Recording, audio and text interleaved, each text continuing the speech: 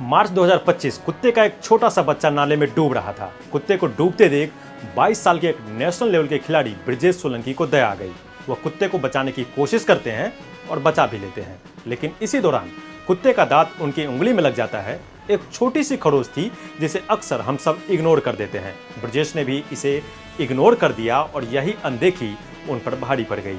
जुलाई में तड़प तड़प कर खतरनाक बीमारी रेबीज से उनकी मौत हो गई। इस घटना ने पूरे देश को झकझोर दिया। नमस्कार दोस्तों, मेरा नाम केतन कुंदन है और आप मोजो 24 देख रहे हैं। आज हम बात करेंगे कुत्ते के काटने से होने वाली बेहद ही खतरनाक बीमारी रेबीज की। अगर यह बीमारी किसी को एक बार हो जाए तो बच पाना लगभग असंभव है, मतलब 100% अकाल मृत्यु।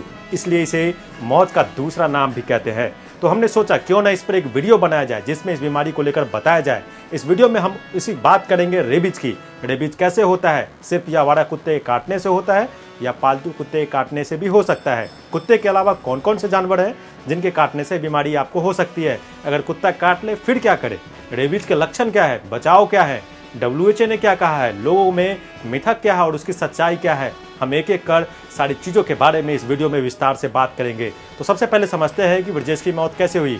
ब्रिजेश बुलंदशहर के रहने वाले थे, कबड्डी खिलाड़ी थे। वह नाले में डूबते हुए एक पिल्ले को बचाते समय कुत्ते का दांत उनकी उंगली में लग गया। कुछ दिनों के बाद उन्हें खरोच वाली जगह पर सनसनाहट महसूस हुई, फिर शून्यपन और फिर गले में रुकावट। पानी या कोई भी लिक्विड पीने पर गला पूरी तरह से चोक होने लगा, यानी जाम होने लगा। धीरे धीरे लकवा आने लगा और अंततः उनकी दर्दनाक मौत हो गई। डॉक्टर नवमीत नब ने इसको लेकर जागरूकता भरा संदेश शेयर किया और हम चाहते हैं कि वो आपको जरूर ही जानना चाहिए, क्योंकि हर गली में, हर गांव में, हर शहर में जिस तरह से आवारा कुत्ते की संख्या बढ़ रही है और हम कुत्ते पालने भी लगे हैं, तो इसके बारे में हमें हर हाल में जानकारी होनी ही चाहिए। आप यह जानकर चौंकेंगे कि भारत में हर साल 1,70,00,000 से ज्यादा लोगों को जानवर जैसे कि कुत्ते, बिल्ली, गीदड़, लोमड़ी, भेड़िए, चमगादड़ आदि काटते हैं। इनमें से करीब 18 से 20 हजार लोग रेबीज से अपनी जान गंवा देते हैं। यह बड़ा नंबर है। तो हम आपको समझाते हैं कि रेबीज क्या है। रेबीज लाइसा वायरस नामक एक वायरस से होने वाला एक वायरल इन्फेक्शन है। यह वायरस संक्रमित जानवरों की लार में होता है। जब कोई संक्रमित जानवर, खासकर कुत्ता, काटता है या खरोंचता है तो यह वायरस लार से आपके शरीर में घुस जाता है। एक बार जब यह वायरस शरीर में गया तो खून में नहीं जाता, बल्कि आपकी तंत्रिकाओं, नर्व्स के जरिए धीरे धीरे मस्तिष्क तक पहुंचता है। हाथ या पैर पर काटने के बाद इसे दिमाग तक पहुंचने में 20 दिन से ज़्यादा का समय लग सकता है। लेकिन अगर घाव चेहरे, गर्दन या सिर पर हो या पीड़ित कोई बच्चा हो तो 4 से 7 दिनों में ही पहुंच सकता है।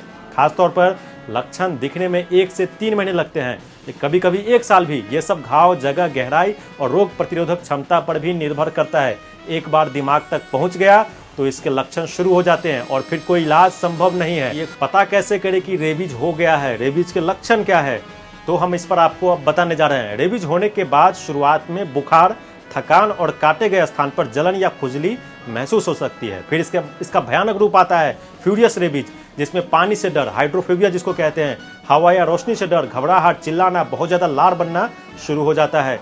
धीरे धीरे मांसपेशियां कमजोर होने लगती है, लकवा आता है और अंततः व्यक्ति की दर्दनाक मौत हो जाती है। याद रखें, एक बार लक्षण दिखने शुरू हो जाए तो कोई पुख्ता इलाज नहीं है। निदान केवल लक्षणों के आधार पर ही होता है। लेकिन बड़ा सवाल है कि कुत्ता या कोई इस तरह का जानवर काट ले तो सबसे पहले क्या करें, रेबीज से बचाव कैसे करें। रेबीज से बचाव करने के बारे में हम आपको बताएंगे। ध्यान से इस वीडियो को देखिए और आप इसको सुनिए, नोट कर डालिए। अगर आपको किसी जानवर ने काट लिया है या खरोंच लग गई है तो सबसे पहले तुरंत घाव को पानी और साबुन से 15 से 20 मिनट तक धोएं, लगातार धोएं, ये सबसे ज़रूरी है। इसके बाद एंटीसेप्टिक क्रीम लगा सकते हैं। घाव पर पट्टी बिल्कुल भी ना करें, इसे खुला रखें। घाव को जलाने की कोशिश भी ना करें, ना ही कोई घरेलू टोटका जैसे कि हल्दी, मिर्च पाउडर आदि कुछ लगाए इस पर, यह नुकसान करेगा। टेटनस का टीका जरूरी लगवा सकते हैं। जानवर के काटने के बाद का प्रोसेस तो मैंने आपको बताया, शुरुआती प्रक्रिया है वो। डॉक्टर, उसके बाद जो है आपको डॉक्टर से मिलना है, क्योंकि इसके बाद आती है PEP, पोस्ट एक्सपोजर प्रोफिलैक्सिस, जिसका मतलब है वायरस के संपर्क में आने के बाद बचाव। डॉक्टर को विजिट करना है आपको, उनके कहे अनुसार वैक्सीन का पूरा कोर्स लेना है। वैक्सीन 99.9% तक बीमारी के खतरे को कम कर सकता है। WHO ने इसको लेकर क्या कहा है कि आपको क्या ध्यान रखना है, चलिए हम आपको बताते हैं। WHO ने जानवरों के काटने को 3 कैटेगरी में बांटा है। पहला, जानवर का छूना या चाटना, त्वचा पूरी तरह ठीक हो तो आपको कोई इलाज की जरूरत नहीं है। दूसरा है खरोच अगर आ गया है लेकिन खून नहीं निकला, ऐसे में वैक्सीन का कोर्स लेना जरूरी है, इग्नोर ना करे। तीसरा, जानवर ने काटा है, खून निकला है, घाव बना है, तो वैक्सीन का पूरा कोर्स तो लेना ही है। इसके अलावा RIG घाव के अंदर लगवाना बेहद जरूरी है। बता दें कि वैक्सीन या तो कंधे की मांसपेशी में या त्वचा की परतों के बीच दी जाती है। याद रहे, जिस तरीके से और जिस ब्रांड से आपने पहली डोज ली है उसी से आपको कोर्स पूरा करना है। अगर आप जानवर काटने के बाद इन सभी स्टेप्स को फॉलो करते हुए डॉक्टर से सही समय पर पूरी खुराक लेते हैं तो रेबीज होने की संभावना लगभग शून्य हो जाती है। सबसे जरूरी है कि जितनी जल्दी हो सके घाव धोकर वैक्सीन का कोर्स शुरू कर दे। लोगों के बीच मिथक भी है और बहुत सारी गलतफहमियां भी हैं, तो चलिए इस पर बात करते हैं। लोगों में गलतफहमी रहती है कि अगर खून नहीं निकला है तो कोई खतरा नहीं है, लेकिन सच्चाई उलट है। सच्चाई यह है कि खरोच भी लग गया तो वायरस फैल सकता है। अगर लार का संपर्क हुआ तो डॉक्टर से जरूर मिलना चाहिए, उनके कहने पर वैक्सीन जरूर लगवाएं। मिथक है लोगों के बीच, पालतू कुत्ते के काटने से कुछ नहीं होता, लेकिन सच्चाई है कि पालतू जानवर से भी संक्रमित हो सकते हैं। अगर हर काटने को गंभीर माने, इग्नोर न करे। मिथक है लोगों के बीच कि झाड़ फूक से रेबीज ठीक हो जाएगा, लेकिन सच्चाई है एक बार लक्षण आने पर कोई इलाज ही संभव नहीं है। मिथक है कि रेबीज वैक्सीन से कमजोरी होती है या गंभीर साइड इफेक्ट्स हो सकते हैं। सच्चाई है एंटी रेबीज वैक्सीन पूरी तरह सुरक्षित है, यह आपकी जिंदगी बचाने वाली एकमात्र चीज है, इसलिए इसको इग्नोर नहीं करना है।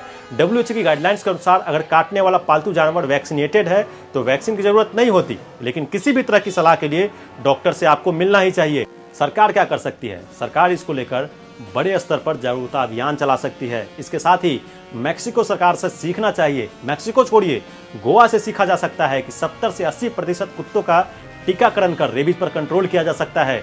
कुत्ते की संख्या बढ़ रही है लेकिन उनका टीकाकरण नहीं हो रहा है। आप रात में किसी गली में जाइए, वहां काट खाने को दौड़ते हैं।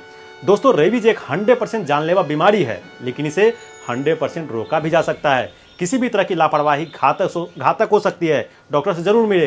भारत सरकार ने 2030 तक देश को रेबीज मुक्त करने का लक्ष्य रखा है। आइए हम सब मिलकर इसे सफल बनाएं। अगर वीडियो के अंत तक आप आ गए हैं और हमारा कंटेंट आपको अच्छा लग रहा है तो लाइक और अपने दोस्तों के साथ, आसपास वालों के साथ जरूर इसे शेयर कीजिए, बहुत जरूरी जानकारी है। अगर चैनल पर नए हैं तो सब्सक्राइब भी जरूरी कर लीजिए। मिलते हैं अगले वीडियो में। नमस्कार।